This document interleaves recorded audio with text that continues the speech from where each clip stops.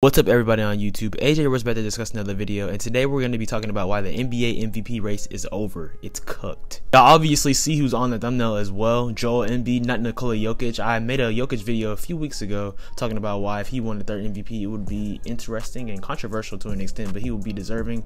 Well, in the past few weeks since then, we've seen a huge shift. The reason for that change or shift or whatever you want to call it has been the play of Joel Embiid. Now this season he's leading the league in scoring, essentially averaging 34 points per game, 10 rebounds and 4 assists, shooting 55% from the field, which is amazing. He also has the Philadelphia 76ers one game back of the second seed and the third seed right now. In my opinion, the best three teams in the league are also in the Eastern Conference because the West has just been a colossal mess in my opinion. I mean, there's a lot of talent, but there's a lot of, discrepancy. And does anyone really think that the Sacramento Kings are actual contenders? No disrespect to them, of course. They definitely have Coach of the Year this year in Mike Brown. They're the third seed. The Grizzlies are the second seed. Ja Morant is about to return, but right now a lot of things are just shifting. Today is March 21st, but by the time this video will be uploaded, it'll probably be March 22nd. So not really too much has changed. I wouldn't backtrack to, of course, Joel Embiid because that's what the video is about. The 76ers, they were on an 8-game winning streak and they almost extended it to 9 after losing to Chicago Bulls on Monday. But regardless of that, I mean, they play against them again this upcoming Wednesday on the 22nd. And Joel Embiid, he had a phenomenal game. Despite losing that game against the Chicago Bulls, he still had 37 points, 16 rebounds, and 3 blocks. And that game went to double overtime and they almost could have won. James Harden really didn't have a good performance in that game, but I mean, it's just a regular season game. But the 76ers were on their way to a double-digit 10-game win streak. So I mean, they were almost there. They're playing great basketball at the best time. A couple weeks going into the postseason, not a couple weeks, a few weeks going into the postseason. I mean, this is when you want to get your right rhythm going into the stretch run. But even beyond that, we're kind of seeing something similar that happened last year, but reverse-wise. So essentially, Nikola Jokic and Joel Embiid, they were neck and neck for the MVP last year, but Jokic kind of separated himself in different ways and different categories. I mean, obviously, they were the 6th seed last year, so I mean, there was a lot of controversy in that. I mean, and like I said before, the narrative and goalpost of the MVP has changed so much.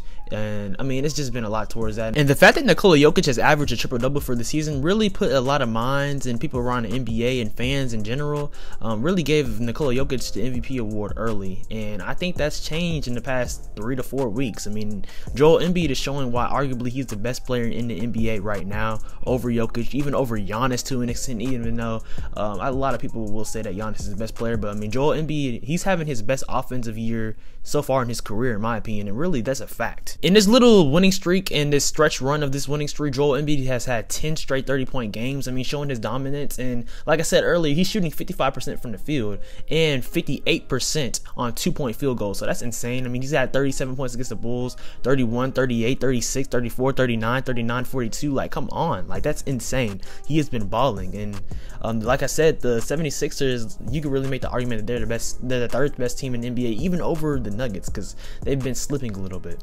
The Nuggets are 5-5 in their last 10 games, so you can say that's mediocre. That's not just terrible. Like, it's not like they're under 500, but they've lost to teams like the Spurs, the Bulls, the Nets, the Raptors.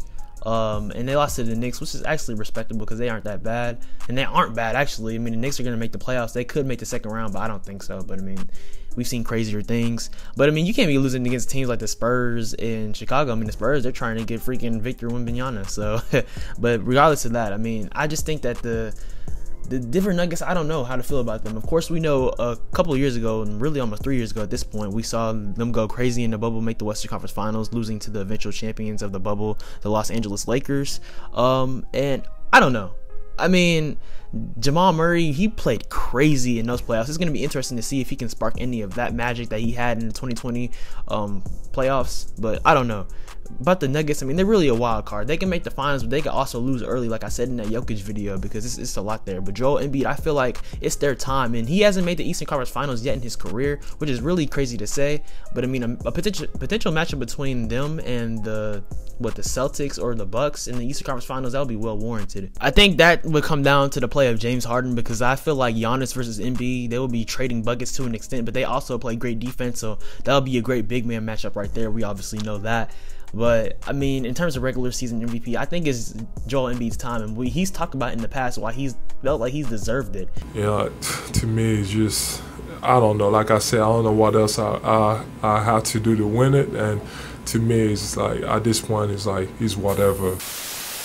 and he has deserved it to an extent in the past couple of years. I mean, and Jokic has as well, so that's a tough conversation about it. But if there's any year, in my opinion, for Joel Embiid to win it, and right now, if he continues to play the way that he is, as long as he stays healthy, knock on wood, and continues to be dominant, which I don't see why he wouldn't be. I mean, this is his award to lose. I mean, he's playing great. And like I said earlier, in the grand scheme of things, who was really going to beat the 76ers? Who's the biggest challenge to them in the Western Conference? Like, say if they beat the Milwaukee Bucks and then beat the Celtics to go into the NBA Finals. I mean, who's going to beat them? We can obviously make the argument for the Nuggets. I mean, we don't know how things will go in the playoffs, but I mean, they could. The Phoenix Suns, as long as KD returns healthy, nothing happens barring injury or anything like that, I mean, they can make a case, but continuity is everything, and their bench is really lacking because they had to trade everyone to get Kevin Durant. Sacramento, I do not think they're going to make the finals, all due respect. Memphis, I don't know about them. You can't trust what's going on with their franchise with Ja and stuff. He's about to return, but I don't know, man. And I don't even want to talk about that. That's a whole nother conversation for another time.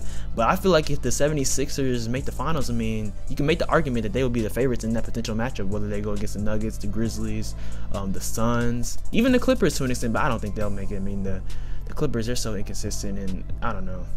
But I mean, the 76ers, because of Joel Embiid, I think that they had their best shot at the title this year. Joel is also 29 years old, so you can't take for granted his prime.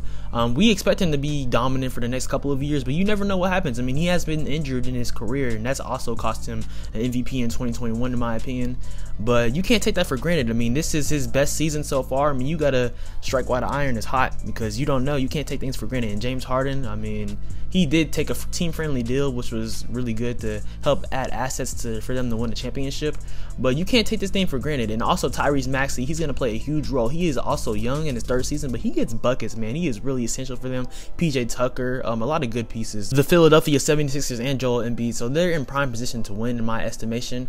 They also have people like Tobias Harris, PJ Tucker, like I mentioned before, Georges Niang, DeAnthony Melton, he's a really good defender as well. So they really have a solid squad with some nice bench depth. So, I mean, the time is now, in my opinion. And Joel Embiid, I think this is his MVP. I mean, he is going crazy. No one in the league can guard him, let's be real. Even people like Giannis. Giannis is a great defender, but let's be real. He can get buckets on anyone in the league.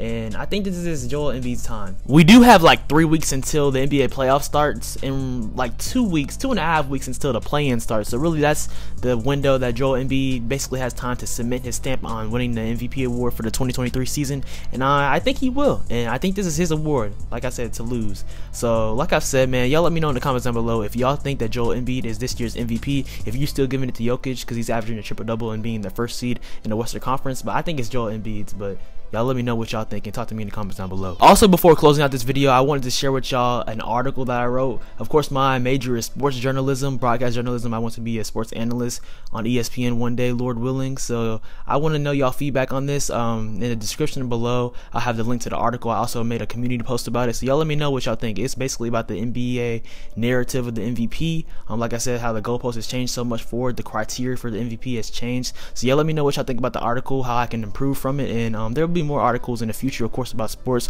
but also about pop culture and movies like that too, because they're open to me doing that. So that's what I'm doing with my college right now, just another organization I'm a part of. And yeah, y'all let me know what y'all think about that. I appreciate your guys' support always. Make sure to like, comment, subscribe, and turn on post notifications. Follow me on Instagram and Twitter at SwaggyRuss, and also on TikTok at SwaggyRuss02 for cooking videos, shorts, and contents and things like that. I have more videos cooking, guys, so stay tuned for more sports, of course, basketball, NBA, NFL, also pop culture, and some more vlogs coming soon. Like I said, I have some stuff coming, so just wait, guys. I appreciate you guys. Always be blessed. I love y'all. Continue to be safe.